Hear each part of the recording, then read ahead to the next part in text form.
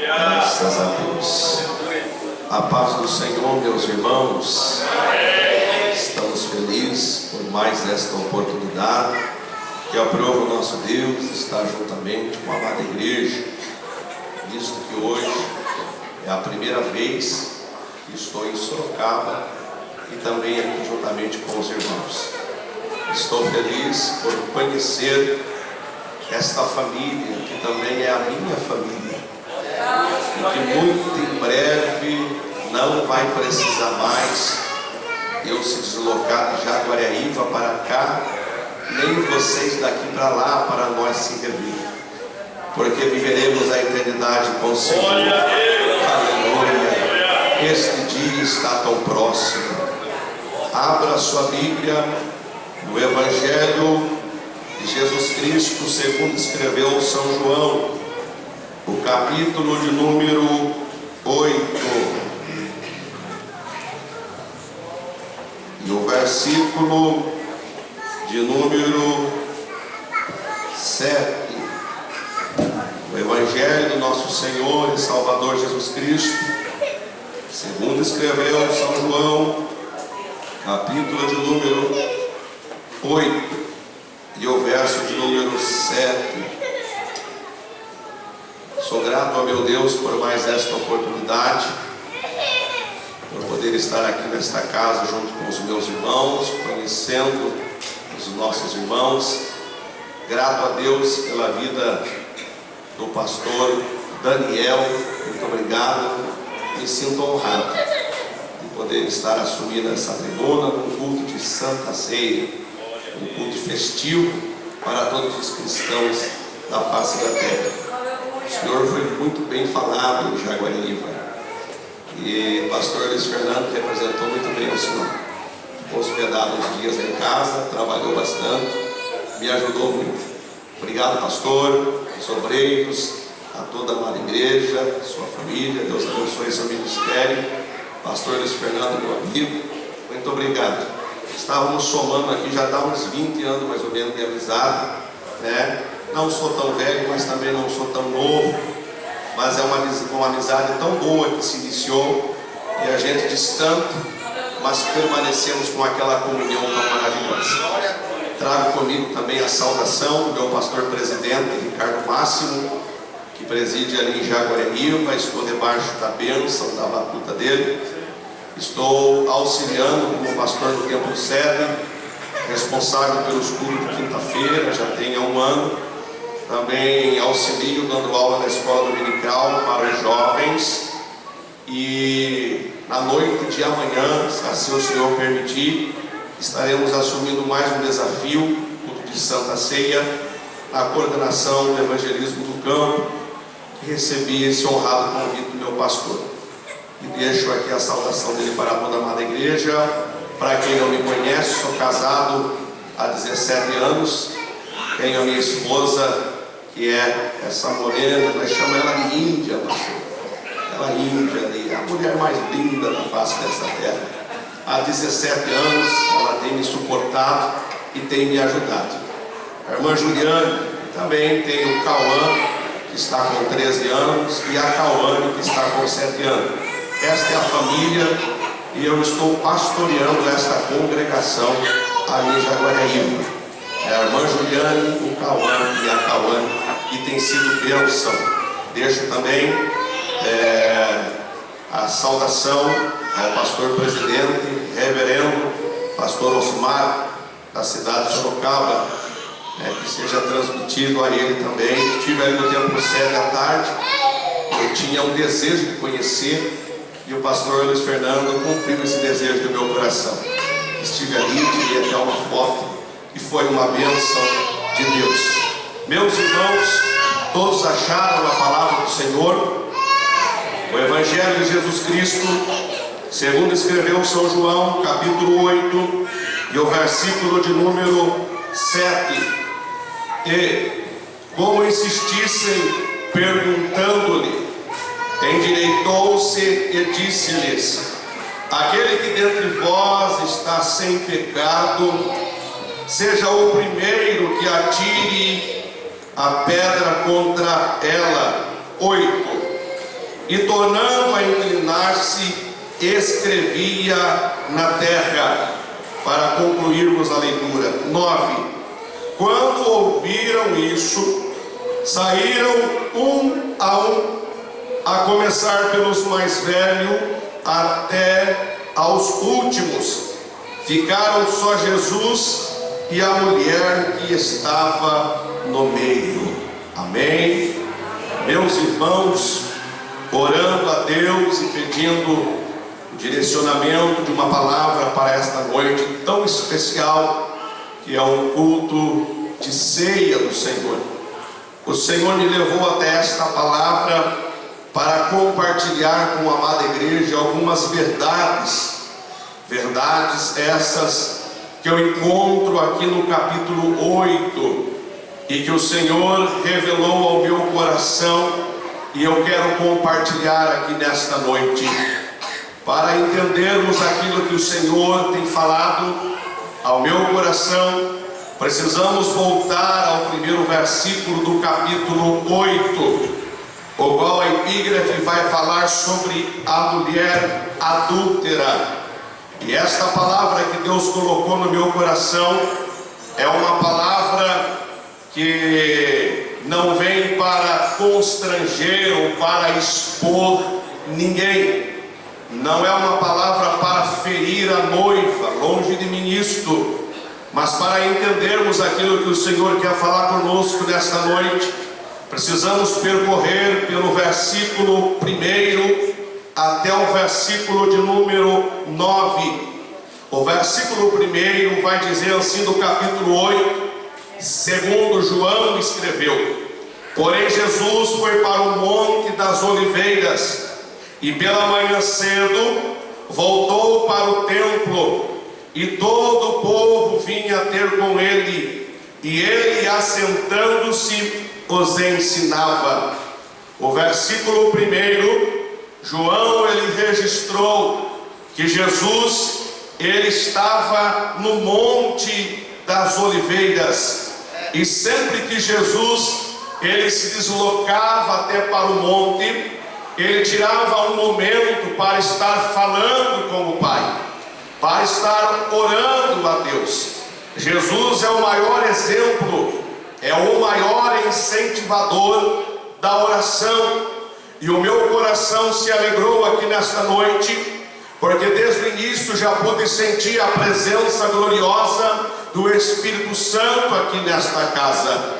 Mas quando dobramos o nosso joelho aqui, e foi tirado um período de oração, confesso aos irmãos que eu lembrei de algo lá do passado, de quando vivi alguns momentos, e a minha memória, ela viajou algum tempo atrás, quando estávamos orando aqui nesta noite, e ouvi alguns irmãos falarem mistério, ouvi algumas irmãs falarem línguas estranhas.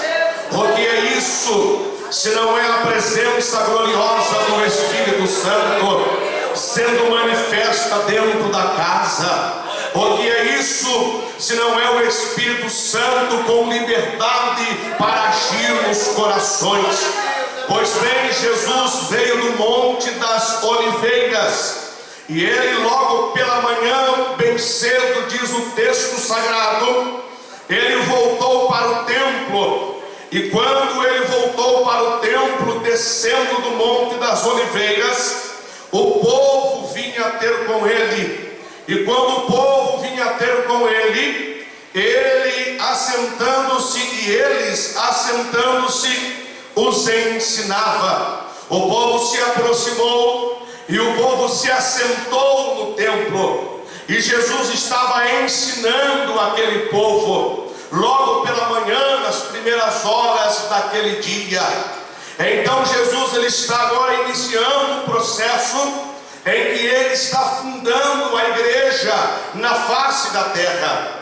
Eu penso desta forma que quando ouvimos os nossos companheiros pregar a mensagem poderosa do Evangelho que salva, do Evangelho que cura, do Evangelho que liberta, e do Evangelho de Cristo, que muito em breve vai se cumprir com a volta dele à face dessa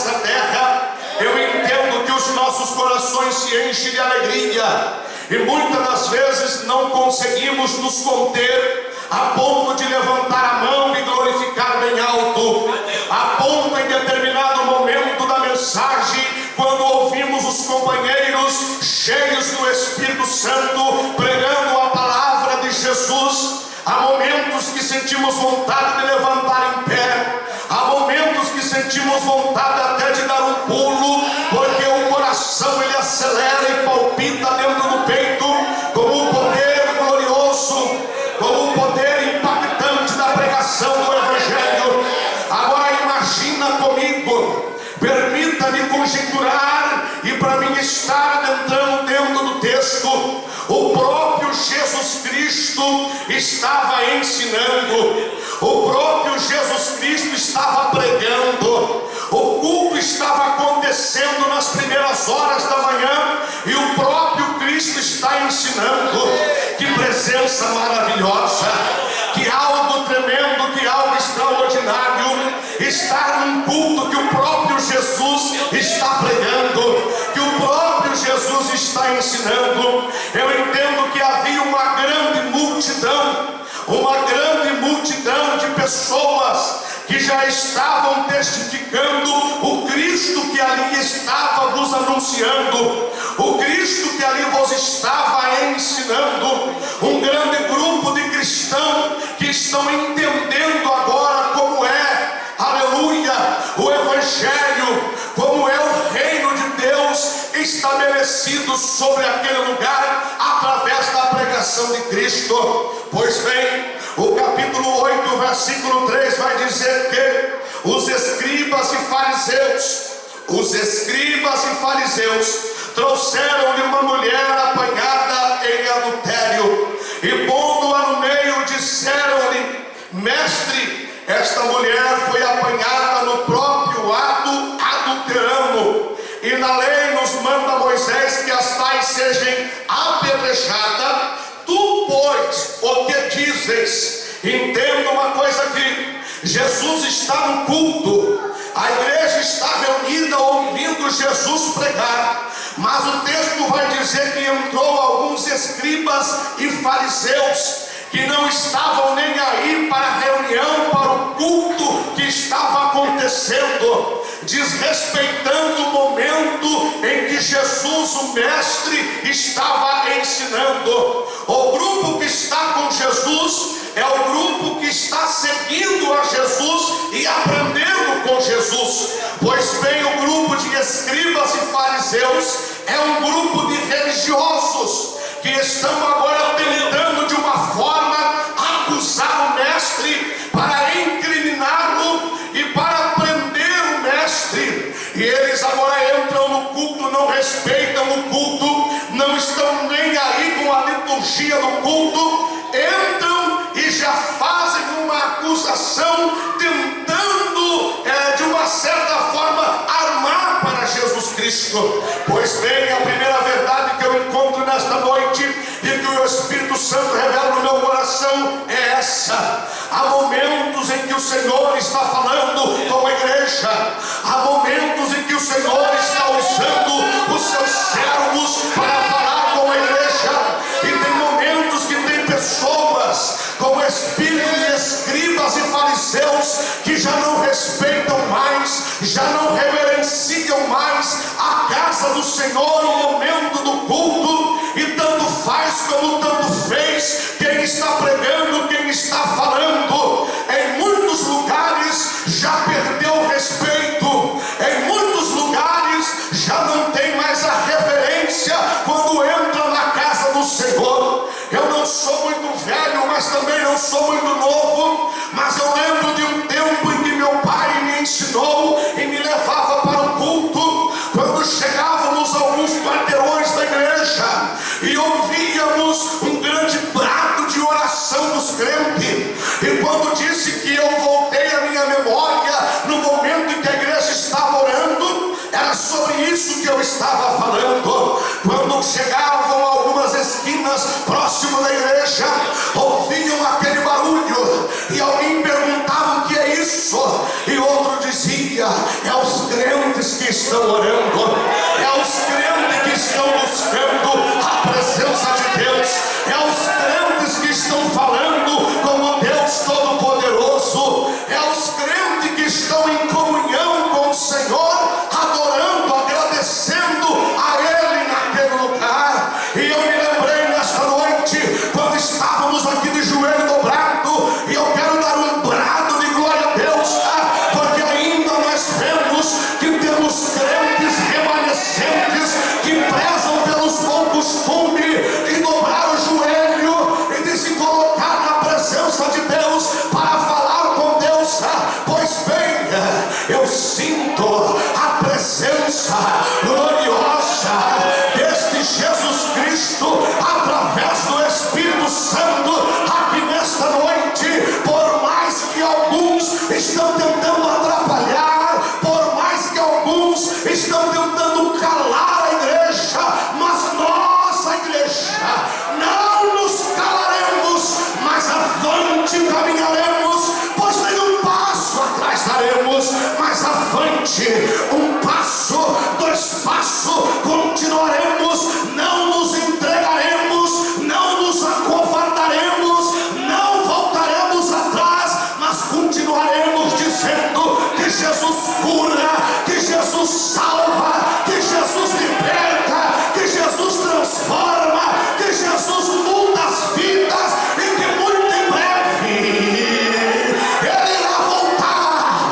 buscar a igreja lavada, remida, comprada pelo sangue do Cordeiro. Eu já vejo crentes levantando a mão, eu já vejo crentes levantando a mão aqui neste lugar. Oh, aleluia!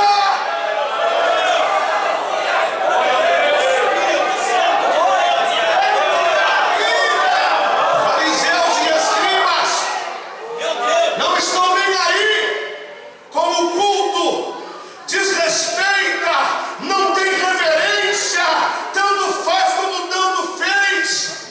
E infelizmente nos dias que estamos vivendo, eu não vim aqui para doutrinar ninguém, porque tem o nosso querido nobre companheiro pastor Daniel, que está sempre ensinando a igreja, mas eu vim aqui para trazer uma palavra de Deus para cada um de nós. Aleluia! Tem muitos lugares que as pessoas não respeitam mais quando entram na casa do Senhor. Tem muitos lugares que eles respeitam mais quando entram na casa deles do que quando entram na casa do Senhor. Já chega, senta, não dobra o joelho, já não ora, já não tem respeito, já não tem mais referência na casa do Senhor. Mas eu quero acreditar que aqui na cidade de Sorocaba ainda tem cristãos verdadeiros que têm os bons costumes de se colocar na presença do Senhor, dentro da casa do Senhor, com respeito, com reverência ao lugar santo, que é a casa do Senhor. Trazer uma mulher que foi apanhada no ato do adultério e jogaram aos pés do mestre, atrapalhando o culto daquela manhã, dizendo: olha, mestre, eles sabiam quem era Jesus. Olha, mestre, a mulher foi apanhada no ato do adultério. A lei de Moisés manda apedrejar e matar. Tu o que dizes? Porque eles sabiam que agora eles estariam colocando Jesus entre a cruz e a espada. Vamos ver o que ele vai dizer. Porque quem poderia sentenciar a morte era só os romanos. Judeus não tinham este poder. Então eles estão dizendo: vamos ver o que ele vai dizer agora. Conforme a resposta de Jesus, nós iremos acusá-lo e prendê-lo. Só que eu sempre digo que Jesus, ele é tão tremendo, ele é tão perfeito, ele é tão maravilhoso, que quando escribas e fariseus vinham com a farinha, Jesus já estava com o virado pronto. Tem gente tentando de todo jeito acusar, encurralar, apertar, sufocar, matar a igreja. Mas quanto mais a perseguição se levantar, mais a igreja vai crescer. Quanto mais a perseguição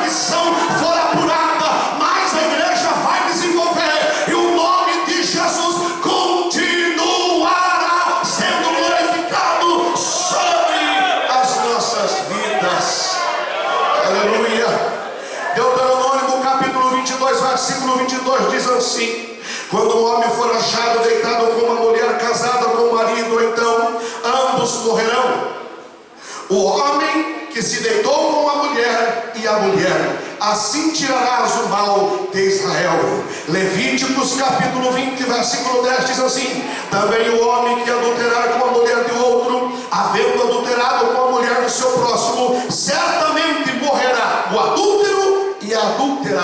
Eles dizem: a lei de Moisés manda matar, tu que dizes? Só que eles estão contradizendo a lei, porque a lei fala assim: ambos os dois. Eles trazem só a mulher. Não sei por que não trouxeram o homem, não me interessa saber. Aleluia. Mas trouxeram a mulher, e dessa forma eles estão tentando incriminar, acusar e culpar o mestre. Só que o texto ele vai desenrolando, e eles dizem assim no verso 6: e diziam eles, tentando para que tivesse o que acusar o mestre. Quem sabe na cabeça deles: hoje nós pega Jesus, hoje nós prende Jesus, hoje nós acusa Jesus. Quero ver quem é esse mestre. Estão falando que ele é o rei dos judeus, estão falando que ele é o mestre que se levantou para ensinar. Vamos ver se ele é tudo isso mesmo que parece. E vem agora uma multidão de escribas, fariseus, doutores da lei, tentando acusar o mestre. Só que Jesus, ele permanece calado, ele permanece em silêncio. Mas Jesus, inclinando-se, escrevia com o dedo na terra. Aí tem alguns historiadores que dizem que quando Jesus estava escrevendo na terra, ele estava contando o número de pecado daquela multidão que estava ali. É a história de alguns historiadores. Outros dizem que ele estava escrevendo os mandamentos. Pois bem, não se sabe bem o que estava escrevendo, mas de fato Jesus mostrou um equilíbrio tão grande, e ele fala conosco nesta noite. Tem momentos da nossa vida, tem momentos da tua vida que é preciso você manter o equilíbrio. Manter o equilíbrio, não perca a paciência, não se exalte. O que tem de gente querendo resolver na força do braço, igual Pedro, e lançou a espada que era para cortar o pescoço de Malco, mas pegou na orelha. O que tem de gente dizendo: qualquer coisa eu resolvo na minha força, qualquer coisa eu já parto para cima no braço. Mas Jesus está falando: tem momentos que é momentos de ter equilíbrio, tem momentos que é momento de ter paciência. Ei, se por um acaso tem alguém que tem essa natureza, que qualquer coisa resolve na força do braço, precisa aprender com Jesus, porque Jesus estava agora em silêncio, escrevendo no chão. E eu vou caminhando já para me concluir. E como insistiam perguntando-lhe, endireitou-lhes. Aí eles estão insistindo: o que o senhor disse? Mestre, o que o senhor disse? A lei de Moisés manda matar. Aí tem uma multidão que está do lado de Jesus, que estava no culto, estão olhando. Uma multidão ali que já está testemunhando quem é Jesus. Ali tem o cego que foi curado por Jesus e está ali dizendo: Jesus me curou. Ali tem o paralítico que andava ali e está no culto de Jesus me curou.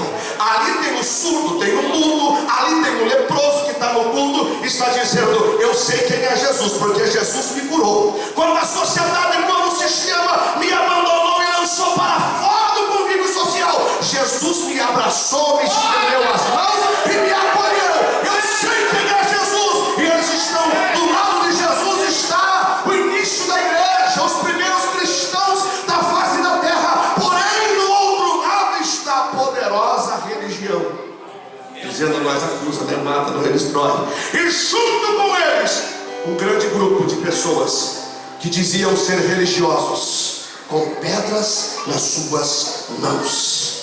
Pedras nas suas mãos. Aí o texto vai dizer assim: e aquele, Jesus disse, Jesus endireitou-se e disse-lhes: aquele que dentre vós está sem pecado, seja o primeiro que atire a pedra contra ela. Eles vêm tudo armado, dizendo: hoje nós acaba com esse Cristo, hoje nós encerra o ministério desse Messias, hoje nós vamos ver quem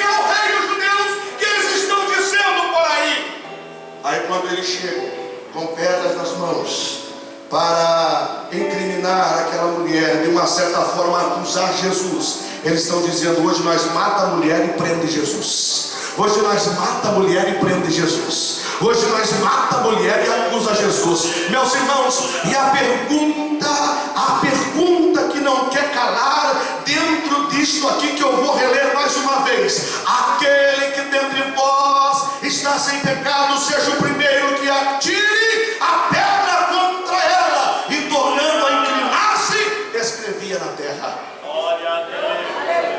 Jesus fez só uma pergunta. Dentro de tudo este cenário de acusação, de armação contra Jesus, ele fez uma pergunta: quem de vocês não tem pecado? Seja o primeiro a tirar a primeira pedra. Sabe o que o Senhor fala no meu coração, pastor Daniel? Que tem muita gente que às vezes a gente convida: vamos fazer um trabalho, e ele diz: eu não posso porque estou cansado. Vamos fazer uma campanha de oração, eu não posso porque tenho um compromisso. Vamos no culto de ensino, hoje não dá, vou trabalhar até mais tarde, vou fazer uma hora extra e não dá. E às vezes nem é aquela hora extra toda. Aí você fala assim: vamos para um culto de evangelismo, vamos descer lá na praça, entregar uns folhetos, vamos evangelizar a cidade. Aí ele fala: não posso, tenho que visitar meu pai, tenho que visitar minha mãe. Arruma desculpa para tudo, e para tudo está cansado e precisa descansar. Mas para pegar uma pedra na mão, para matar o seu próximo, ele não mede esforço. Ele não mede esforço. Está cansado para orar, está cansado para vir para o ensaio, está cansado para vir para o culto de doutrina, está cansado para vir para a ceia, está cansado para tudo. Mas quando se trata de pegar uma pedra na mão para acusar o seu irmão e matar o seu irmão, ele não mede esforço. Para isso não tem canseira. O que tem de gente com pedra na mão carregando, dizendo: hoje eu mato, hoje eu acabo com ele, hoje eu destruo com ela. É hoje que ele não vai conseguir mais, é hoje que ela não vai conseguir mais, é hoje que nós vamos arrebentar com tudo. Ah, porque eu estou com isso, estou com aquilo nas mãos, tenho prova, tenho vídeo, tenho foto, tenho tudo aquilo cheio de pedra na mão para matar o seu semelhante. Aí eu vou mais além. Aí tem uns que pegam pedra. Ah, mas é pedra de 10 que não tem problema, eu pego uma pedra de 10 quilos. Ah, mas é uma pedra de 15 que não tem problema, eu pego uma pedra de 15 quilos. Eu sei o que não aguento, mas o que eu não faço para matar meu próximo, o que eu não faço para acabar com o meu próximo. Mas o Senhor me trouxe aqui nesta noite para liberar uma palavra. O Senhor está prestes a vir buscar a sua igreja. Esse dia nunca esteve tão perto quanto está no presente século. Eu nasci no berço evangélico, num determinado tempo da minha vida, eu entreguei minha vida para Jesus, porque até então eu era só filho de crente, mas não era crente. Passei a ser um cristão, entreguei a vida para Jesus, e desde então eu ouço falar que Jesus está voltando, Jesus está voltando. Mas no presente século, o cenário à nossa volta denuncia a volta de Cristo.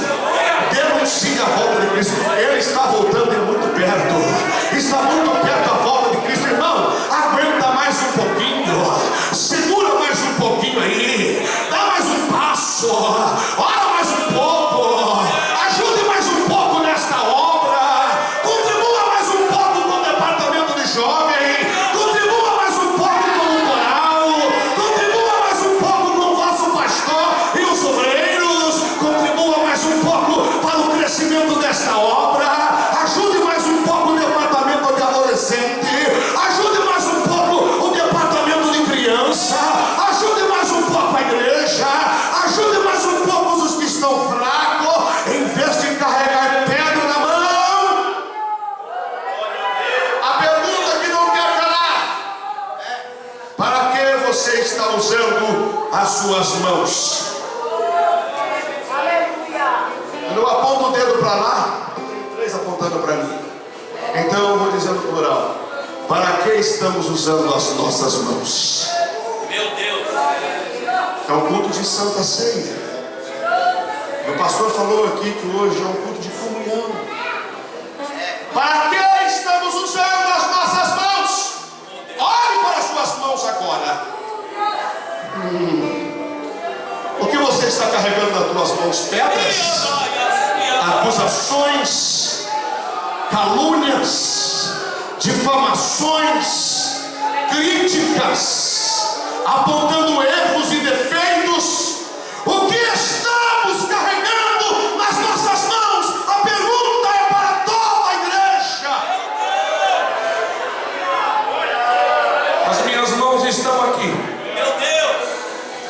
conhecendo meus companheiros pela primeira vez, mas somos uma família. As minhas mãos estão aqui para ajudar cada um dos companheiros. Me dirijo aos companheiros com um respeito muito grande, e eu me coloco à disposição. As minhas mãos estão aqui. As minhas mãos estão aqui, músicos, jovens, coral, igreja. As minhas mãos estão aqui. Em o que eu posso ser útil para ajudar cada um de vocês? As minhas mãos estão aqui. Aleluia. Quando ouviram isso, verso 9, saíram um a um, a começar pelos mais velhos até aos últimos. Jesus, ele dá, deixa eu usar uma expressão, ele dá o checkmate, golpe fatal, bem colocado. Ele chega e fala: eu vou dar no meio. Pá! Aí os mais, aí os mais velhos baixam a cabeça, solta aquela pedra de 2, 3 quilos e sai, vai embora. Vai para casa, vai pensar no que fez, vai refletir. Tem gente que não vai dormir à noite, vai ficar virando o travesseiro e vira para lá e vira para cá, vai passar a noite refletindo, mas vai mudar o jeito de se comportar com o irmão do lado, com o irmão que está junto na obra. Aí os mais velhos vão embora. Por que os mais velhos? Eu me perguntei. Porque os mais velhos viveram mais tempo, 80, 90, 100, e falam: nossa, quanto tempo estou vivendo nessa terra, e quanto já errei, quanto já pequei. Ah, mas eu sei tudo. Mas um dia eu não sabia nada e alguém teve que me ensinar. Meu Deus. Um dia eu não sabia nada e alguém teve que me ensinar. Se estou onde estou hoje, eu devo a alguém que o Senhor levantou para me ajudar e para me ensinar. E quando findar os meus dias na face dessa terra, não sei quanto tempo ainda vou durar, ainda não aprendi tudo e não sei nada. Para que estamos usando as nossas mãos? E saíram os mais velhos, e na sequência saíram os mais novos, e foram embora para sua casa. E endireitando-se Jesus, e não vendo ninguém mais do que a mulher, disse-lhe: mulher, onde está aquele teus acusadores? Ninguém te condenou? E ela disse: ninguém, Senhor. E disse-lhe ele, Jesus, disse: nem eu também te condeno. Vai-te e não peques mais. Para que estamos usando as nossas mãos? E eu finalizo aqui. O Evangelho segundo escreveu São Lucas, capítulo 5, versículo 18 ao 20, diz que havia um paralítico. Jesus está na casa, e junto da casa havia fariseus, escribas, doutores, rabinos, que estavam ali ouvindo o mestre. E havia 4 homens que pegaram o paralítico. Para que estamos usando as nossas mãos?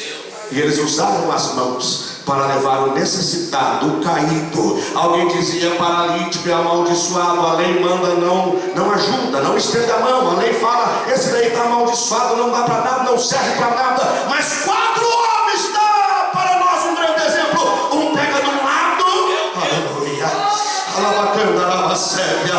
Permita-me conjecturar, pastor Daniel, e nessa liberdade.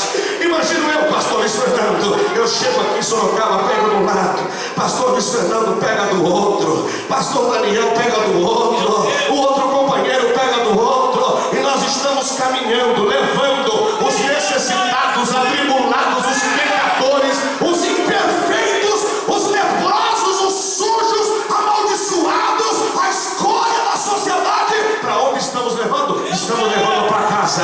Aonde está Jesus? Estamos levando para casa. Aonde está Jesus? Aí o Senhor está falando nesta noite: para que estamos usando nossas mãos? Para carregar pedra para matar ou para ajudar os que estão necessitados? É noite de Santa Ceia.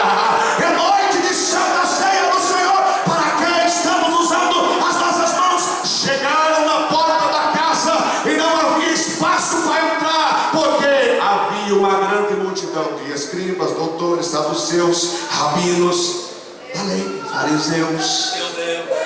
Como entraremos nessa casa? Permita-me, pastor Daniel, vou encerrar. Como entraremos nessa casa se tem um grupo de fariseus, escribas, saduceus, rabinos e doutores da lei atrapalhando Mas Deus vai transformar ou vai limpar. Se quiser transformação, vai ser transformado. Mas se resistir, Deus vai limpar. Mas que a igreja vai continuar avançando, vai. Que a igreja vai continuar rompendo, vai. Que a igreja vai continuar crescendo, crescendo, crescendo. Aí imagina que eu lá. Isso aí que eu falei, pastor Daniel, agora está cheio de espírito fariseu. Ele falou assim: vamos pelo telhado. Aleluia. Vamos pelo telhado. Não mediram esforços, porque eles queriam ajudar alguém.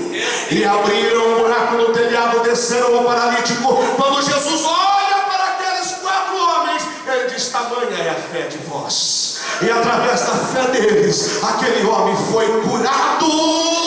E o nome do Senhor Jesus foi glorificado naquele lugar. Eu encerro aqui porque o meu tempo já acabou. Para que estamos usando as nossas mãos?